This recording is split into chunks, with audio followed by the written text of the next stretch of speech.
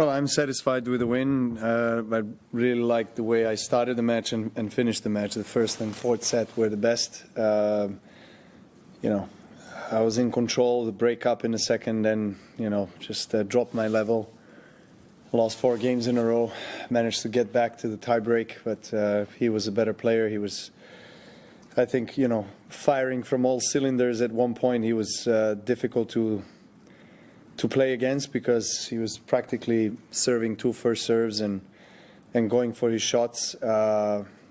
Logically he was pumped, when he won the second set. But I feel like I managed to focus in the important moments and make that crucial break at 3-2 at third. From that moment onwards, I feel like I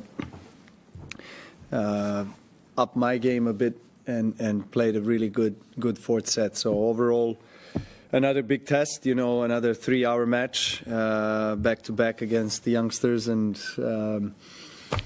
congratulations to him for a great battle. And he's really a good player that has a lot of potential as my first round opponent. So as for the history, of course, as I said on the court, this sport has always been giving me so much in my life, an opportunity to play the Grand Slams, and I try not to take it for granted after great achievements that I'm very proud of. And of course, Grand Slam matches and Grand Slam wins are what counts the most in our sport. So of course I'm very thrilled with that. Thank you. Questions, please, Matt. Hey Novak, well done. As you said, this is your second straight match against one of these young people at the start of their careers. Do they present something different these days than a player at that stage in his career, say 5 years ago, in terms of the style they're playing, what their approach is, and in terms of what they bring at you? Comparing to a player who was 20, 21, starting out. In my time? Yeah. Well, not in your time, or even just 5 years ago. Well, hard to say. I mean, the first round opponent and is built differently. He's not as physically tall or strong as my second round opponent, which makes a big difference in terms of the speed of the serve. I mean, today's opponent, he was serving, big serves. Also his second serve was going for pretty much every second serve. So that is the difference between the two guys. But from back of the court, maybe I'll give a slightly more credit or quality to my first round opponent. He's really quick and takes the ball on the rise, but also today's opponent, when in the moments when I allowed him to have time and to pressure me, he was doing that. So particularly in the second set, he was really going for his shots, and at one point he was making everything, from baseline, serves, returns, and so obviously we all know this. I've had plenty of matches in my career, particularly in the last 5, 7, 8 years, where I'd play opponents that I've never faced before on the center court, maybe their first ever center court match in any Grand Slam, and they just come out firing, and have basically nothing to lose. So it's always tricky to play these kind of opponents mentally, to sustain that level. Obviously, you don't know whether they're going to maybe fold under the pressure of the moment of playing on the center court, or they're actually going to go the different way, which I think both of my opponents in first, second round did, which is like feed off that energy and just like play their lights out tennis. So as I said, a great test for me. Yeah, maybe, I wish that maybe I stayed a set less on the court today, but again, I'm happy with the way I ended up the match. Good fashion, good mindset. Yeah, looking forward to the next one. James. Novak, you said before the tournament you were keen on the idea of having coaches on the court in the box. I noticed today, for example, I think Boris wasn't in there. I wonder how you go through choosing the 4 people to have in there, and at the moment there's no microphone there, so you can't hear on broadcast what's being said. Would you have a feeling one way or the other if they did start miking up that area? Well, I'm still supportive of that. I think it's a great new introduction to the tournament. The selected people who are there are selected by all of us. You know, internally in the team, we talk about, you know, who we think can contribute the most by being on the court. And so I'm happy with the 4 people that I have there sitting. And I don't know if it will probably change in the future with the microphone and everything. I'm happy as it is at the moment, to be honest with you. I'm sure for the fans watching and social media, it will be very interesting to hear what we are talking about. The only thing there, I mean, I understand from kind of like fun part and like stuff going viral, and because there will be quite a bit of material there, I'm sure.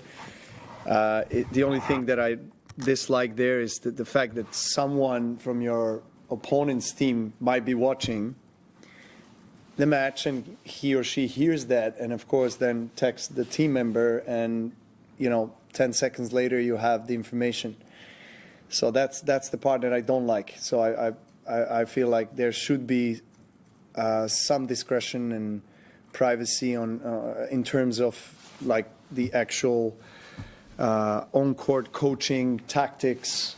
That shouldn't be out there public, I would say, because then it kind of endangers you live during the match.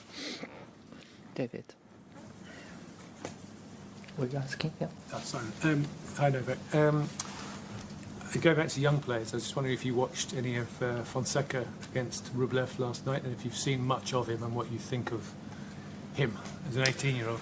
I just met him first time, like literally 5 minutes before I came into the room, and I congratulated him not only on the win last night that I've seen, the last set I've seen, but also everything he's been doing the last 6 to 12 months. I've been following his rise, and I just love how he plays the big points, courageous, very clean hitter, all-round player. You know, Brazil is a huge country. It's super important for our sport to have a very good player coming from Brazil. I think they haven't had a player maybe of that caliber since Guga Kuerten. So it's exciting times for Brazil, but also for the whole tennis world, because you know such a young player and person to be able to play so good on the big stage is impressive. So I've been a fan of his game. I've been watching him also last year, and I think in one of my interviews for ATP I was saying that I see some of my game there, in his game, particularly when I was his age, when you were, kind of carelessly going for the shots and just showing what you're capable of. So, I mean, he's got the goods, definitely, and he showed that last night on a big stage to go very far, and future is bright for him, no doubt, if he keeps going this way. Novak, I was wondering, when you're playing an opponent for the first time, obviously your team would do lots of research, video footage analysis, etc. But how much time do you personally spend learning about your opponent and what they bring and what their preferences are?